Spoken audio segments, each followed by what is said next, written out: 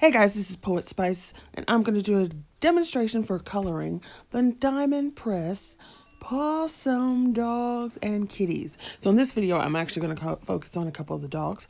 I'm using a 110-pound cardstock from Michaels, and I'm also using a combination of my Spectrum Noirs and my OHUHU markers. So here you see I stamped out the images. I used some black ink that is a hybrid ink from My Favorite Things. I've pulled out a Spectrum Noir marker, and I'm using the Tri-Blend, which has 3 markers in one. And we are going to start with coloring the edges here, a darker gray. And I'm using the BGs. And we're just going to go around the places where I think that the dog would be darker.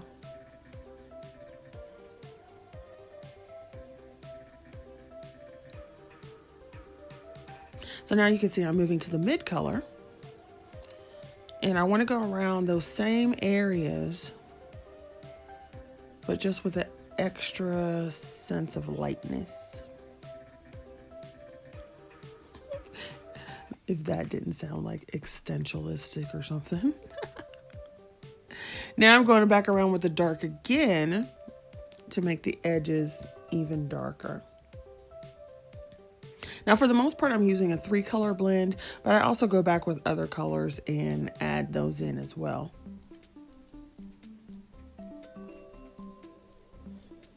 Now I do have to say I love my Spectrum Noirs and I love my OHUHU markers.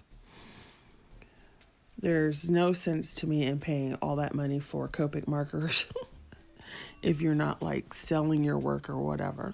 So here you see I'm using an OHUHU marker.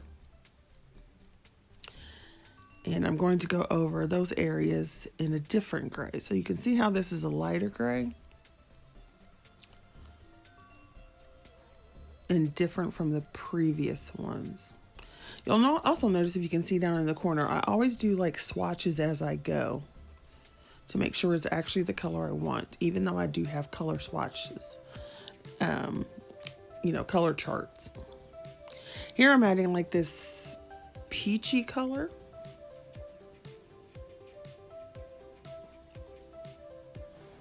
And we're just doing this in a little bit of areas where you would want a different kind of color combination. So don't always think that you have to stick to whatever your quote unquote realistic colors are, because a lot of times the colors that we have or that we see actually are different than what we think they are. For example, when you see white snow, it's really not white. There's hints of gray or blue or purple even, depending on what the lighting is. So it's the same thing that works here. So here you kind of get with that peach, you kind of get the brownish color when you mix it with the gray. It's just an illusion. So here I believe this is a colorless blender. And I'm going back just to kind of go over in circular motions to get rid of the lines. I love coloring. There's the hoo-hoos. Now I'm using the 10 to go ahead and color the glasses. If I could find my glossy accents, I would go over the glasses with that so that they would be like shiny where the darkness is, but I can't find it. So you can see how easy it was to color that cute little doggy. Now I'm going to switch to the other one because he's so adorable. That is my favorite one out of this whole stamp set. I don't know. It's just something about the perfectly roundness. I don't know. It's just like so cute. You want to squish his face. So now I'm using my OHUHU markers again. I believe this is a 95 or 96. I don't remember.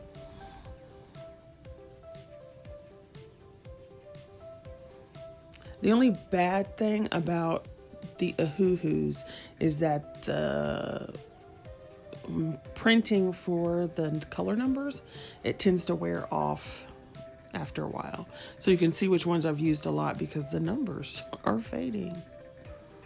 Of course, an easy fix for that is just to go and put like a printed label on it. All right, so here I'm just going around the ears and various pieces where it would be darker. with this brown.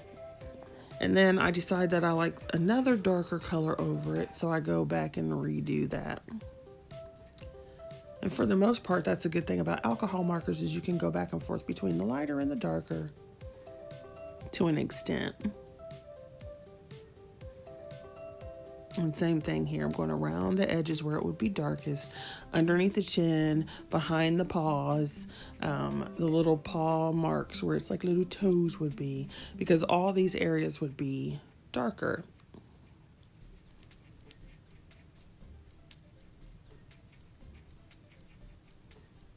Look at him, he's just so cute. He's such a cute puppy. I want a puppy, but we can't have a puppy until we move into a house. Plus, my cats would probably have a field day. We don't want the puppy, Mommy. We don't want the puppy.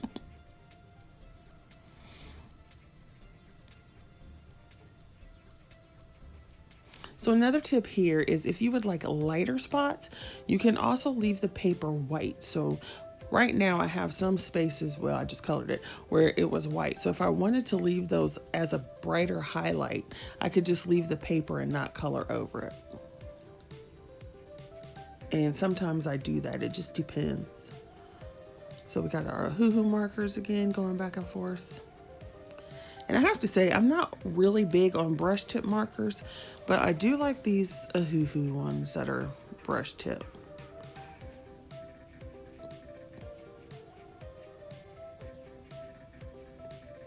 And it's probably because I have a heavy hand, so it's like, you color and it's like crunch, you know, you're pushing all hard. So you have to be lighter hand.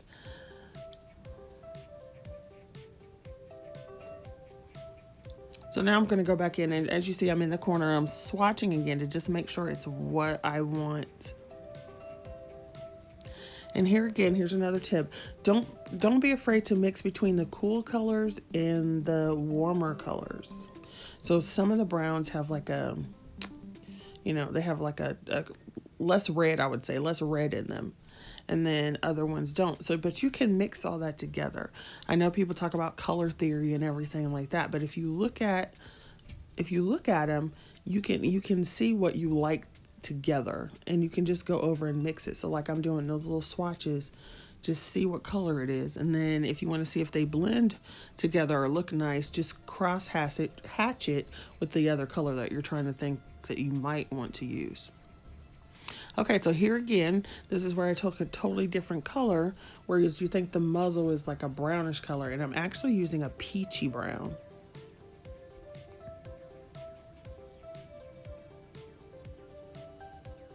That one's a WG1. Clearly I use that one a lot because the thing is coming off. And this is a warm gray. So I put on a peachy color, and then it's a warm gray color, but when you put them together, it still has that brown feeling. There's a 64, so clearly I don't use that one as much because you can clearly see that number.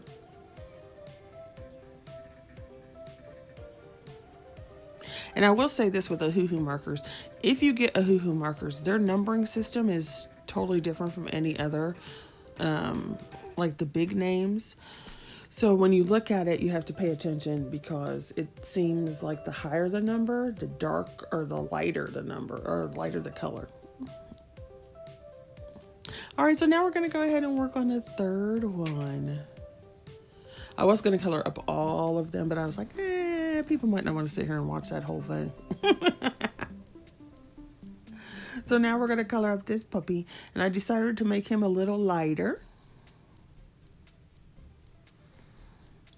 and make him pretty much the same color all the way through, except for some little pieces.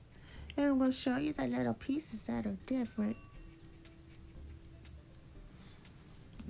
This little set by Diamond Press is so cute. I don't know if Diamond Press will ever see any of my videos, but anytime, Diamond Press, that you would like coloring, if you want someone to do coloring DTs, oh, please contact me. I would love to do that, because I love coloring. I like making things, but coloring just is like relaxation. So here I'm just going around giving it a darker layer. So on some of them you can start lighter and go dark. Others you can go dark and go light. It all just depends on your personal preference. And I also do it pretty much based on subject matter. So if there's something that I know is going to be a really small space or a smaller space, I start with the light color, because that way you can just dot in the darker color. Now you'll notice I've left some of the ears white to give the dog kind of like a spotted look. He's so cute. And you'll notice too, as I go through this one, even though I've pulled out the same colors, I still do like a little tick mark so I can see exactly what I want to do. So we're just going again around, putting in darker areas. Any place where there would be a fold, a shadow, where you want to make something stick forward, then you put dark underneath it or around it. So in this case, we want his ears to look in front of his face. So that's why there's darker pieces there. And under the chin is always going to be darker because your chin sticks out from your neck.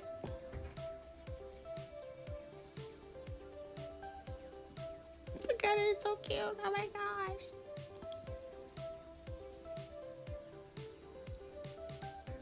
So here again, you got that WG that looks very peachy.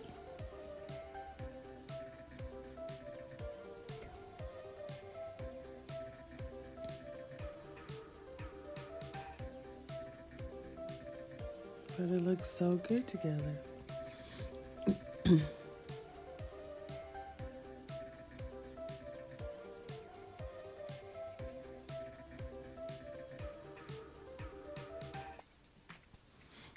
Here we're adding another layer of it's probably WG1.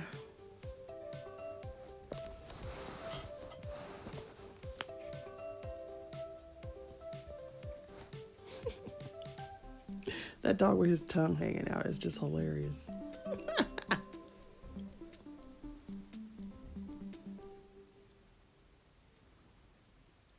Now we're just going to color his little glasses in. Too cute. I think that's what does it for me. That first little puppy and then the glasses on all of them, they just kill me. It's so funny.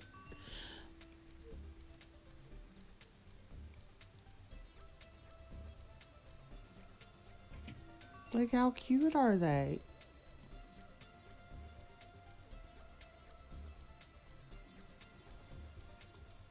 Yes, indeed. All right, so I pulled out a Jelly Roll pen to add some highlights.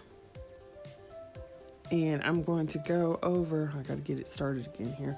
I'm going to go over areas just to add like that highlight shine piece. And then also when you do it in this little scruffy kind of line work, it adds a little dimension and adds little details of fur, especially into this scruffy dog. I don't know if it's a Scotty dog or supposed to be a husky, whatever it is. Then I'm going to go on and add some to the glasses so you have like a little reflection. The nose is at the top so you get that little shiny wetness. Now, I also do something, so you can see it here. I also kind of do like a scribbly kind of part over the top of their heads on some of them because it adds a little bit there too. Makes it look a little brighter without being the stark white of the paper.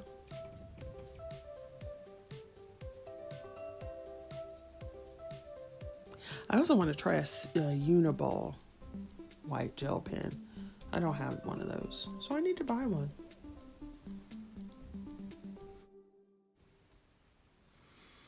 So here again, I'm just adding some more highlights with that white gel pen. Look at it, so cute. So adorable. I'm just going back to fix some of those. All right, so thanks for watching. And if you'd like to see another coloring demo, just let me know. Bye-bye.